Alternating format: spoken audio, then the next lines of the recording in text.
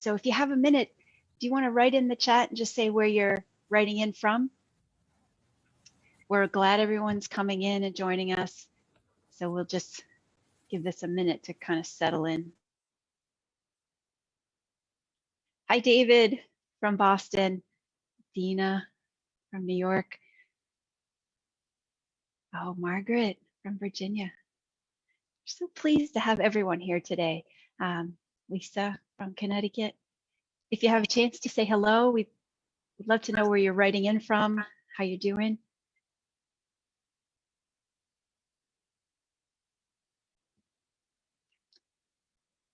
Kim from South Carolina, and we're live on Facebook now.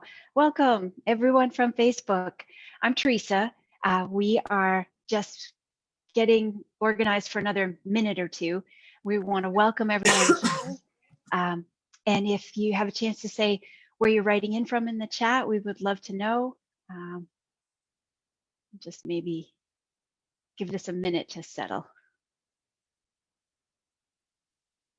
Okay, I think we'll get started. So again, welcome to everyone. My name is Teresa, and we are joining together today for another webinar. And today our topic is working together, physical therapy and community exercise for people with Parkinson's disease.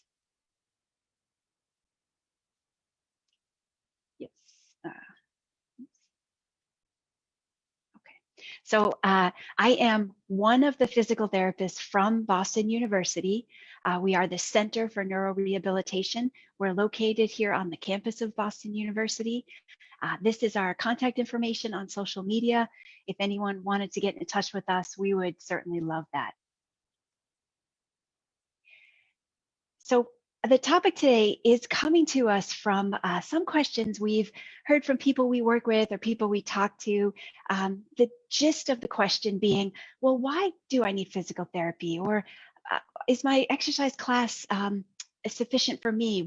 How can they work together? What do you recommend? So I want to address that question, but in general, I just want to start. I think we all acknowledge exercise is important for people who have Parkinson's disease.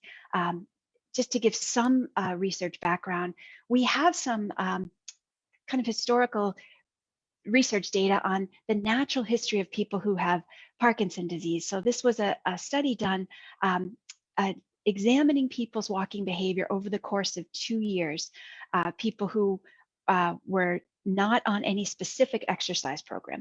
And what was found is over the course of 2 years, people were walking less and they were walking less fast. So we have a general sense that without specific intervention, the tendency for people with Parkinson's disease is to be walking less and to be a little less active.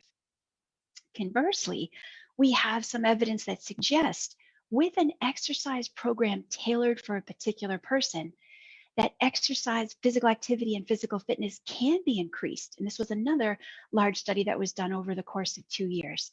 So we have these general understanding that exercise program tailored for an individual is going to be important to keep everyone active and healthy with their exercise routine. And now the question is, how can physical therapy and community fitness or exercise groups work together? Well, in general, everyone shares the same goals. Exercise goals related to reducing Parkinson's symptoms, slowing the progression of disability, optimizing independence, participation in what people would like to do and what they enjoy, optimizing safety with their everyday activities, and preserving or improving their capacity with aerobic endurance, strength, flexibility, and also preventing falls. So everyone shares the same exercise goals. And other ways, kind of to break it down into different exercise categories, there's multiple examples of ways to achieve these certain exercise goals, but depending on the different categories. And a little bit, I do want to indicate this is a general discussion today, and what's specific for an individual person may be different from what's specific to another individual. But in general, these broad categories of exercise, here's some examples of ways to achieve that. And when it comes to physical therapists and exercise professionals, just trying to indicate a little bit of where what these categories are and who are the people in these categories. So when it comes to physical therapists, they are licensed healthcare professionals. Exercise professionals could span a number of different people and expertise. It could be someone who's an exercise physiologist, a personal trainer, someone who's a group exercise instructor who has a lot of experience with different leading different groups or different specific expertise. Physical therapists in general will collect individualized examination data about symptoms, health history. They'll collect data on function and develop an individualized exercise program for a particular person. Exercise professionals use their vast experience to lead individual or group-based exercise programs, usually in a particular area. Physical therapy is often covered by insurance, and of course, it's possible that there's a copay involved depending on the insurance plan. Group exercise programs may have a fee. Sometimes that's adjustable. Sometimes these exercise groups may not be particular for people who have Parkinson's disease, say, for example, a senior center in a community where someone lives, maybe a very minimal fee, but to acknowledge that there's a cost involved in both of them. For physical therapy, when it comes to this particular examination, the physical therapist will have different questions and try to understand a little bit more related to reviewing all symptoms, gathering information about someone's health history, their medication history. They may have very particular questionnaires to try to gather as much information as they can. Physical therapists will also do a strength and flexibility examination, a posture examination, trying to get at what's the particular profile or what's the particular issue for whoever they're working with. Physical therapists also particularly assess walking, someone's pattern of walking, where they may have difficulty walking for people who have Parkinson's disease. It's also important to do a balance examination, and that is multifactorial. And I might also say that our team gave a couple of different webinars related to balance and balance assessment. Those are archived on the APDA website if that's something you haven't seen that's interesting. But a physical therapist will certainly examine someone's balance and their risk of falling, again, to gain a particular understanding of the issues for that person. And then what a physical therapist will do is develop an individualized, specific training program highlighting what are the issues for that person. In our clinic, the way we believe physical therapy is most optimal is delivered in this model that we often call a dental model. And by dental model, we mean kind of what you know when you go to the dentist, that you go to the dentist every 6 months, whether something's wrong or something's not. You know that's coming up, it's booked, you have a chance to go even when there's nothing wrong. If something can be identified before it becomes a bigger problem, that's the benefit of that type of care. And now the thing with the dental model is, of course, you have your appointment every 6 months, but you brush your teeth every day. So we know exercise has a place every day or every week. So we're working with this dental model, and I'd just like to give an example of what we mean by that. So before someone's diagnosed with Parkinson's, perhaps they're having symptoms, they're going through the process of getting diagnosed. We think of this as a kind of a continuum, and that's what this first line represents, maybe as time is going on. So what tends to happen initially is someone is diagnosed with Parkinson's disease. We advocate that they have an immediate referral to physical therapy. But if you aren't referred to physical therapy right away, there's still so much we can do. So we recommend someone is seen by a physical therapist as soon as they're able when they're diagnosed with Parkinson's disease. And then we'll go through that tailored examination I was mentioning, where different aspects of care are examined, and then an individualized plan is developed. So this particular example, this is an example of someone I worked with years ago, but I think it gives a good example. So I saw this person fairly soon after they were diagnosed. We went through a round of physical therapy, and then we determined an individualized plan that he was going to keep up with. But then we also started to talk about how could exercise be part of his weekly routine? What would make it fun? So what we determined for him is that he found a boxing class that was near his house and something he wanted to try. Again, also, I'll just say this is an example of one person, but I think it gives us a picture of kind of the framework we're talking about. In this particular case, he also someone that enjoyed riding his bike. So that became something he was committed to 2 or 3 times a week. And then it just happened the town he lived in offered a Tai Chi program. He had never tried it, but it was something he was willing to do. And using these community examples plus the program he and I worked on, that became the framework. And that's what he worked on. And then I saw him again at 6 months, and I repeated some of the same measures that I did in the first assessment. So I was starting to build some data on him, something that I could track and measure, and it would give me an idea of just how he was doing. When he came back at 6 months, I just saw him for one visit. I saw him, we assessed, we talked about his exercise program, and then he continued. It happened to be that as he was continuing, this was the winter, boxing program stayed strong. He didn't feel comfortable riding his bike outside up in the Boston area. So in this case, he had a gym that he worked his way into, and they had an exercise bike, as you can imagine. That's where he transferred his biking. As it turned out, the Tai Chi program was, I think, 6 or 8 weeks, and that wound down. So we didn't have that at this point. And then again, I saw him in 6 months, and we did the same measure. So this is what we mean by the dental model, and also an example of how physical therapy could work together with someone's community exercises to make exercise fun, enjoyable, realistic.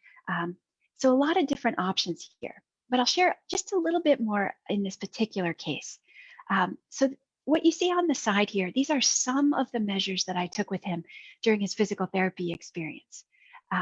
And at the time, as I mentioned, he joined the boxing class. The other thing that I think is a strength of physical therapy and community exercise professionals is when they can communicate together.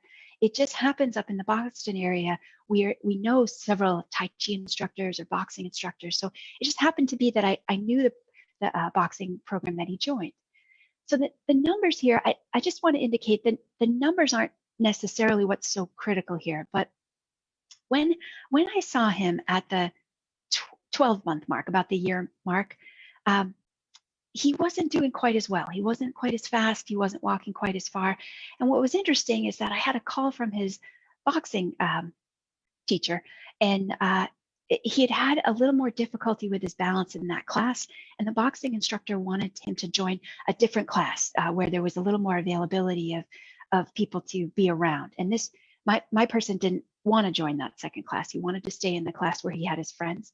So in this particular case, what we actually did is I saw him for a short period of physical therapy to work on what was going on with him at the time. And when he left after a couple, I think it was 6 or 8 weeks of physical therapy, he felt stronger. He was able to stay in the boxing class he wanted. And I kept on seeing him at these intervals in the dental model. And I have this information on him, the numbers that show me how he's doing with speed, how he's doing with endurance, how his balance is. And it's something I can continue or have continued to track with him. So this is, I think, one strength of seeing people at different intervals to keep this information so that we can identify maybe if something's changing before there's a problem. And that's where I think we can be the most effective. We can change the exercise program. We can figure out what's going on before something happens that really changes how someone's doing. So when it comes to community exercise program, that's a broad category. And we're not meaning to say that one type of exercise is better than another. There's certainly something for everyone. And some of the general benefits of the community exercise program, often it's in a group setting. That by itself helps build camaraderie. Sometimes the classes are held at a certain time in a certain place, and people know they're going to be there because that's the way it goes. It can help everyone be very accountable. Often it's enjoyable. There's sometimes a routine. It's motivating.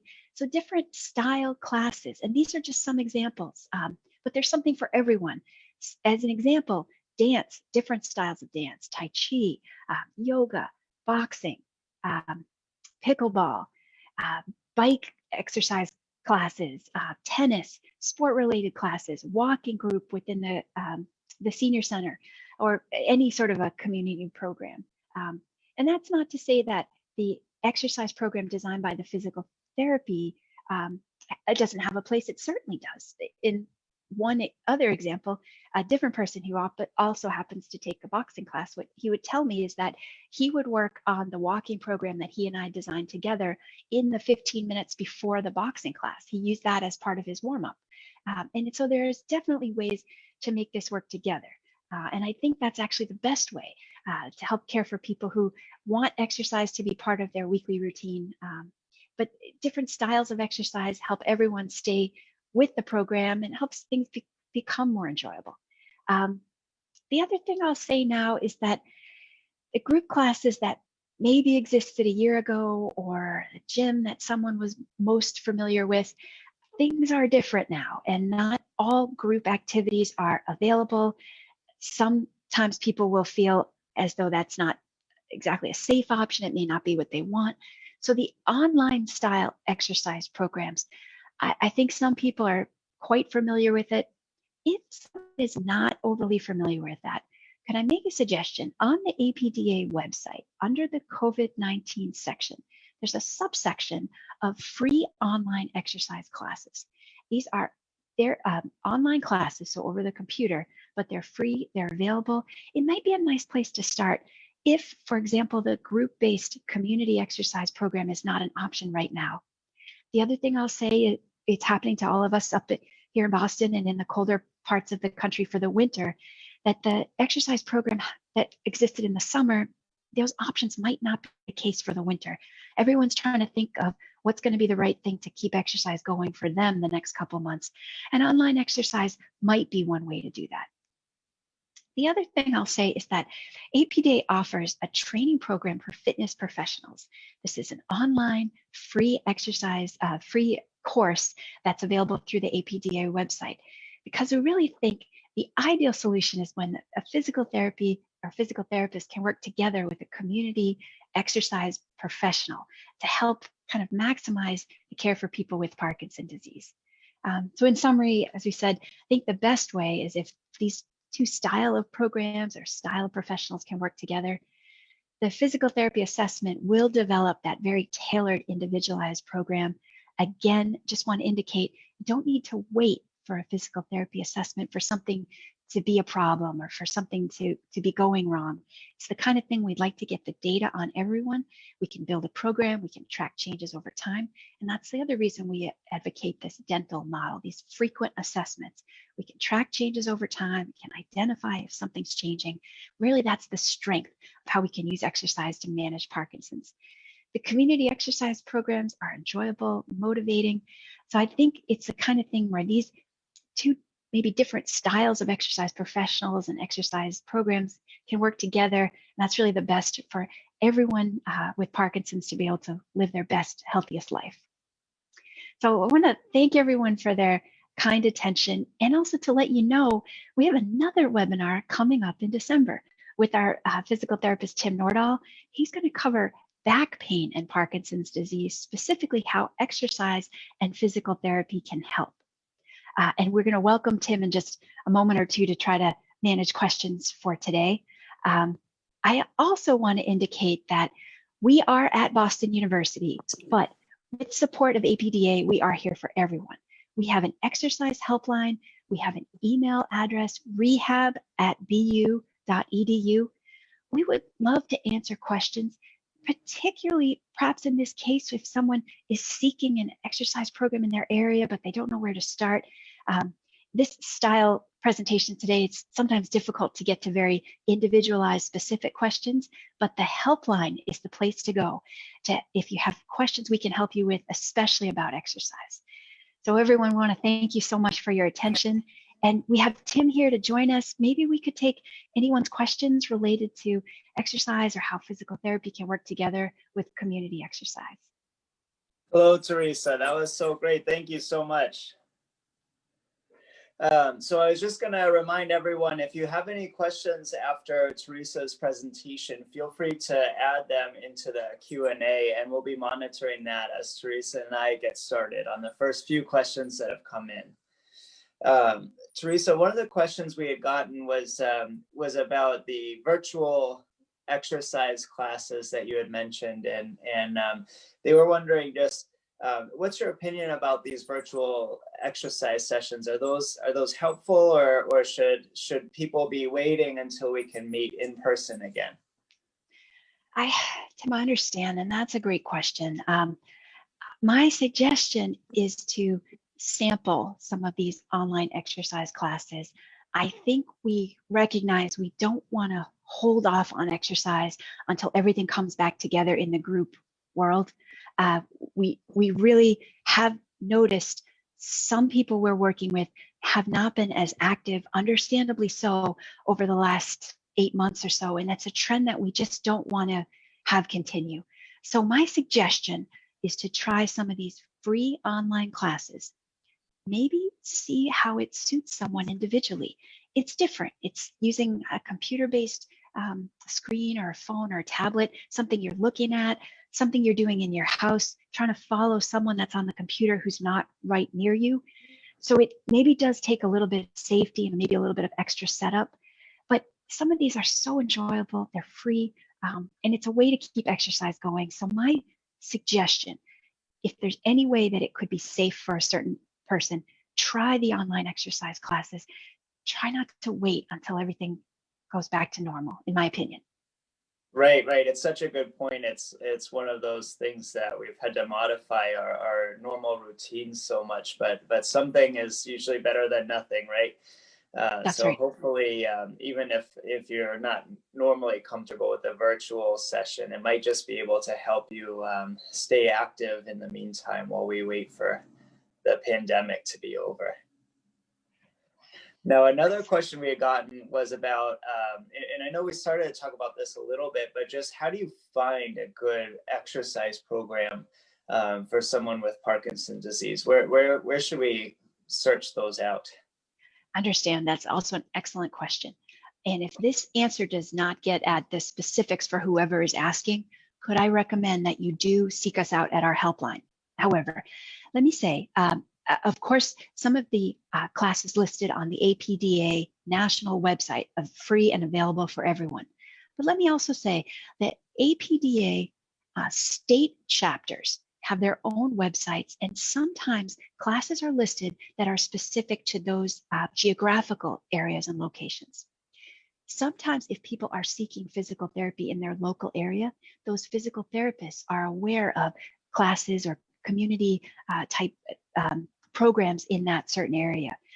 I might also suggest, depending on the community where someone lives, if there's a senior center or other exercise wellness center, sometimes those are places to start. Although granted, some of those classes are not necessarily designed for people with Parkinson's disease. But I would recommend APDA website at the state level, at the national level, talking to your local physical therapist, sometimes even hospital-based or community-based centers, say the YMCA, may have some ideas of what programs are available in person, online. So some suggestions there. Right. And the only thing I would add too is if you're finding yourself stuck and you're needing more help, the contact information on the screen, you can always give us a ring, and we'd be happy to try and help find something for you as well. Yeah. Now here's another question that's come in. Is it better to find one type of class that you like and really stick with it, or do we recommend sort of mixing it up and doing an assortment of different classes? That's an excellent question as well. And could I maybe answer with a little bit of a counter question?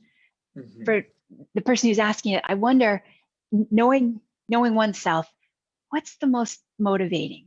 Some people do thrive on something that's different. It gives them a different idea. Some people like to stay with a certain class to feel like they're getting to understand the routine, or they like the instructor. So I might also say, with the style of class, where do you feel the most challenged? Do you feel like you got a good workout out of that style of class? Depends sometimes on what you're feeling you need that day. If this is a day you feel a little more stiff, some of your other style classes where there may be more of a stretching or flexibility component on that particular day might feel better. I would say it is kind of nice to experiment and to see what style might work for a certain person. If someone feels like they get the most out of consistency, then I would recommend staying with a particular class. Right, right. And different classes have different benefits too, I think is part of what you're getting at there. So like, you know, Tai Chi, it might be a little bit different than a boxing class, and it can be a little bit dependent on the individual as well. Now, here's another one we've got. What is the difference between a Parkinson's physical therapist and a physical therapist who doesn't have that background? They want a seasoned PT, and one's therapist that they had been to before was a little bit more of maybe a generalist and didn't have much knowledge about Parkinson's specifically. So just wondering if you could speak to that. That's an excellent question.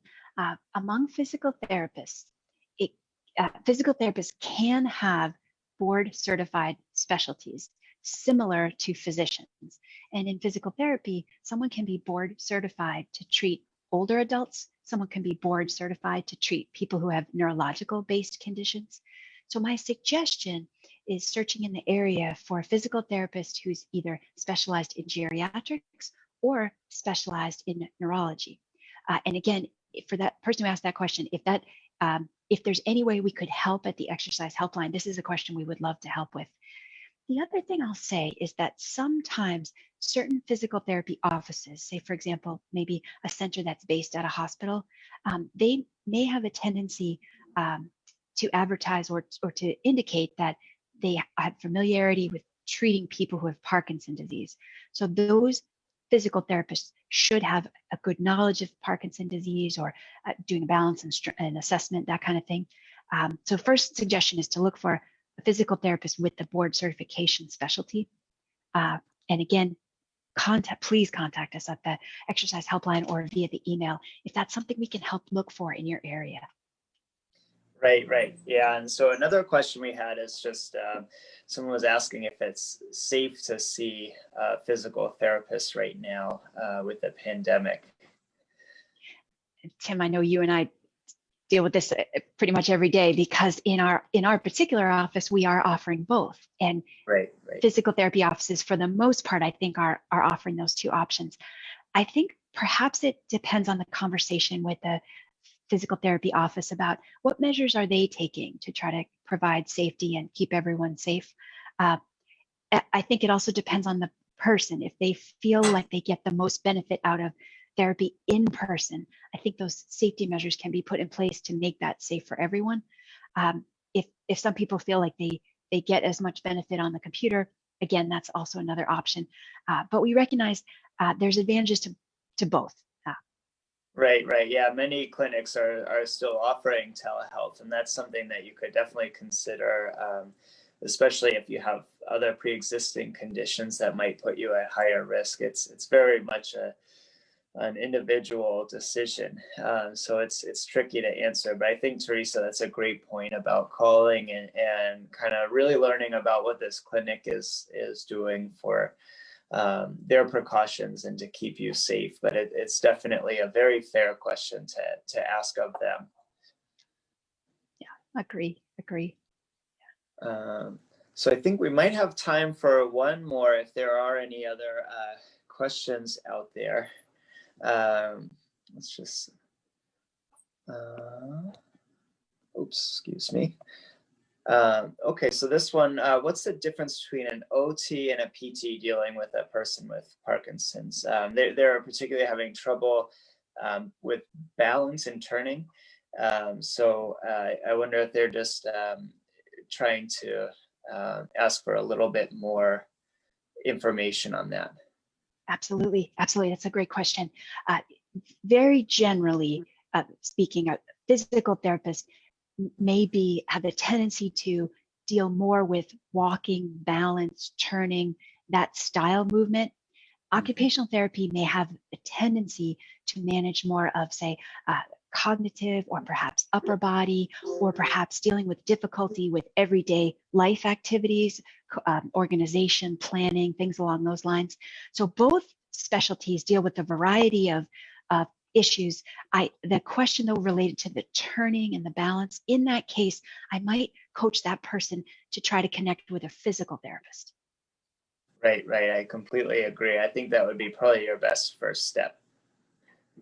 And if you need help finding someone, feel free to give us a call at that number on screen there. Well, that's great, Teresa. I think that's about all the time that we have for today. So I just wanted to thank you again, and I'm hoping to see you all next month when we cover back pain and Parkinson's disease. Tim, thank you, and thank everyone so much. Thank you. All right, thanks, and take care.